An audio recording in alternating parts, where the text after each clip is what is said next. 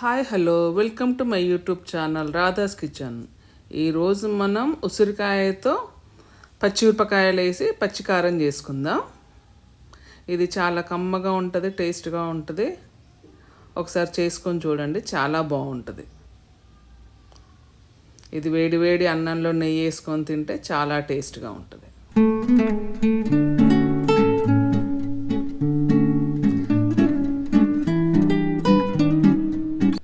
దీనికి ఏ రకమైన ఆవపొడి, మెంతుపొడి ఇవేవి అవసరం లేదు.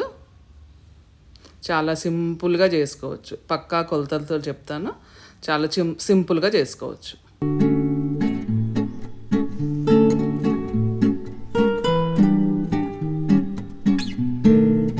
దానికోసం మనం పచ్చిమిరపకాయలు, ఉసిరికాయలు, కరివేపాకు ఇవన్నీ మంచిగా కడిగేసి తడి ఆరేంత వరకు ఆరబెట్టుకోవాలి. మనం ఇప్పుడు ఒక 1/2 కేజీ ఉసిరికాయలు తీసుకుంటే దాంట్లో సగం 125 గ్రాములు పచ్చిమిరపకాయలు తీసుకోవాలి. ఇప్పుడు పచ్చిమిరపకాయలన్నీ తొడిమలు తీసుకుందాం. తొడిమలు తీయకుండానే కడిగి ఆరబెట్టుకోవాలా.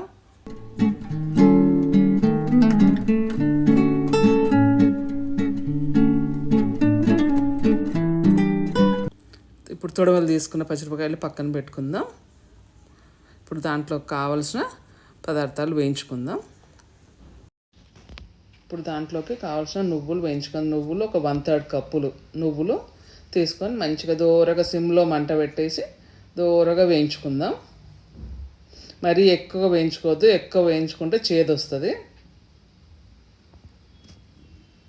మంచిగా చిటపటలాడేలాగా వేయించుకుంటే సరిపోతుంది. ఇప్పుడు ఇట్లా చిటపటలాడినాయి కదా, ఇప్పుడు వేగిపోయినాయి. వీటి తీసుకొని పక్కన పెట్టి చల్లారనిద్దాం. ఇప్పుడు చల్లారిపోయినాయి కదా, వీటిని మిక్సీ పట్టుకుందాం.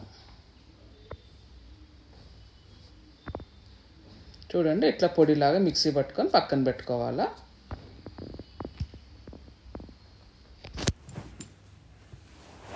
ఇప్పుడు అదే మిక్సీ జార్లో పచ్చిమిరపకాయలు కూడా మిక్సీ పట్టుకుందాం. మిక్సీ పట్టేటప్పుడు దీనికి కావాల్సిన సాల్ట్ మొత్తం కూడా ఇప్పుడే వేసుకుందాం. 1.5 టేబుల్ స్పూన్ సాల్ట్ అయితే సరిపోతుంది. చూడండి, ఇట్లా మిక్సీ పట్టుకుందాం. మిక్సీ పట్టుకొని పక్కన పెట్టుకుందాం. ఇప్పుడు ఉసిరికాయలని వేపుకుందాం. 1 కప్పు ఆయిల్ వేసి వేడైనాక మనం ఉసిరికాయలను కూడా వేసుకొని మంచిగా వేపుకుందాం.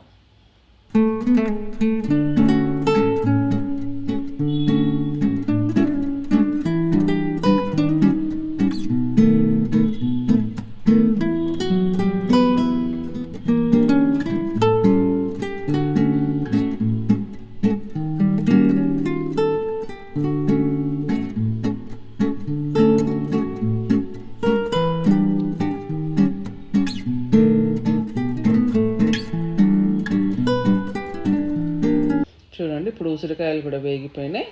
తీసి పక్కన పెడతాం. వేగిపోయినాయి ఎట్ట అంటే ఒక చాకు పెట్టి నొక్కి చూస్తే చాకు మెత్తగా లోపలికి దిగుతుంది కాబట్టి చూడండి, ఉడికిపోయినాయి అవి. ఇప్పుడు అన్నీ తీసి పక్కన పెట్టుకొని చల్లారనిద్దాం.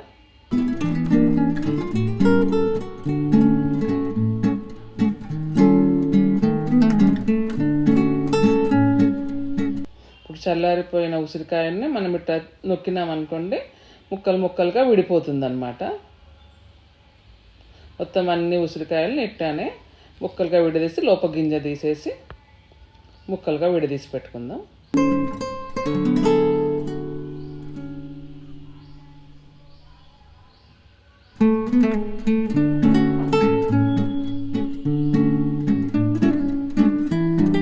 అన్నీ విడదీసి పెట్టుకున్నాం కదా, దానికి పోపు వేసుకుందాం.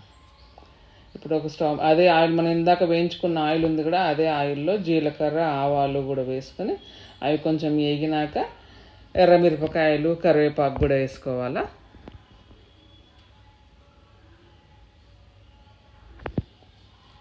కరివేపాకు, వెల్లుల్లిపాయలు కూడా ఒక 10 రెబ్బల వరకు, 10-15 రెబ్బల వరకు కూడా మంచిగా పొట్టు తీసుకొని వేసుకోవాలా. ఇప్పుడు అవి వేగిపోయినాయి కదా, అందులో మనం ఇందాక మిక్సీ బట్టి పెట్టుకున్న పచ్చిమిరపకాయల పేస్ట్ ఉంది కదా, అది కూడా ఇందులోనే వేసుకోవాలా. ఇప్పుడు ఈ పచ్చిమిరపకాయల పేస్ట్ కూడా మొత్తం పచ్చి వాసన పోయేంత వరకు మంచిగా వేయించుకోవాలి. మొత్తం అంతా వేగిపోయి ఆయిల్ బయటకు వస్తుంది అనమాట. అప్పటిదాకా మంచిగా వేయించుకోవాలి. ఇట్లా మంచిగా వేయించుకుంటేనే పచ్చడి మంచిగా నిల్వ ఉంటుంది.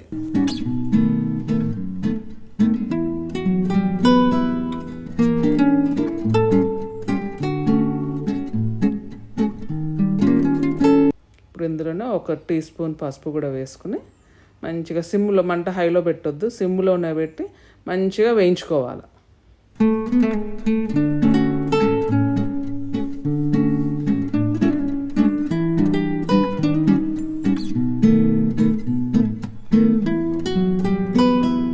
ఇప్పుడు ఇది మొత్తం వేగిపోయింది కదా, ఇప్పుడు స్టవ్ ఆపేసేయాలా.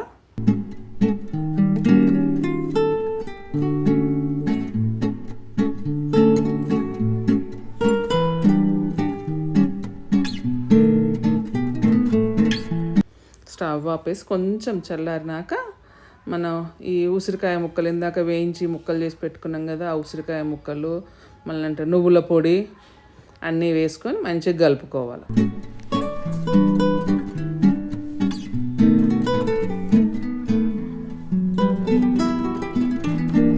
ఇందులోకి ఒక 2 నిమ్మకాయ జ్యూస్ కూడా తీసుకొని పక్కన పెట్టుకోవాలా.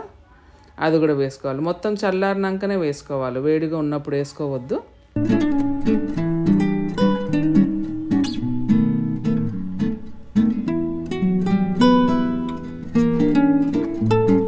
మొత్తం అన్నీ వేసుకొని ఇట్లా మంచిగా కలుపుకొని పక్కన పెట్టుకోవాలి.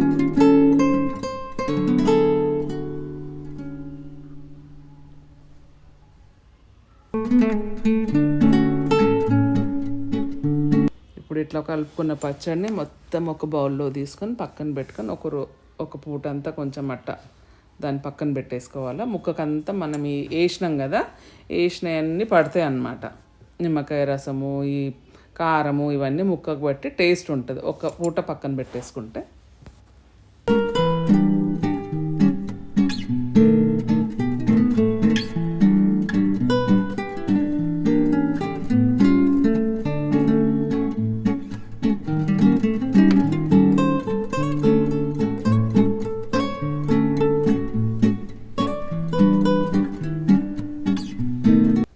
ఇప్పుడు ఈ రెడీ అయిన పచ్చడిని ఒక పూట పక్కన పెట్టుకొని తీసుకున్నాం కదా, దీన్ని శుభ్రంగా కడిగి ఆరబెట్టుకున్న ఇప్పుడు దాన్ని ఒక గ్లాస్ జార్లో పెట్టుకోవాలి. బయట పెట్టుకుంటే ఒక 1 నెల రోజుల వరకు ఉంటుంది. ఫ్రిడ్జ్లో పెట్టుకున్నామంటే 1 సంవత్సరం అంతవరకు నిలువ ఉంటుంది. చాలా టేస్టీ ఉసిరికాయ పచ్చడి మనది రెడీ అయిపోయింది. నా ఈ పచ్చడి కనుక మీకు నచ్చితే please like, share and subscribe. Thank you.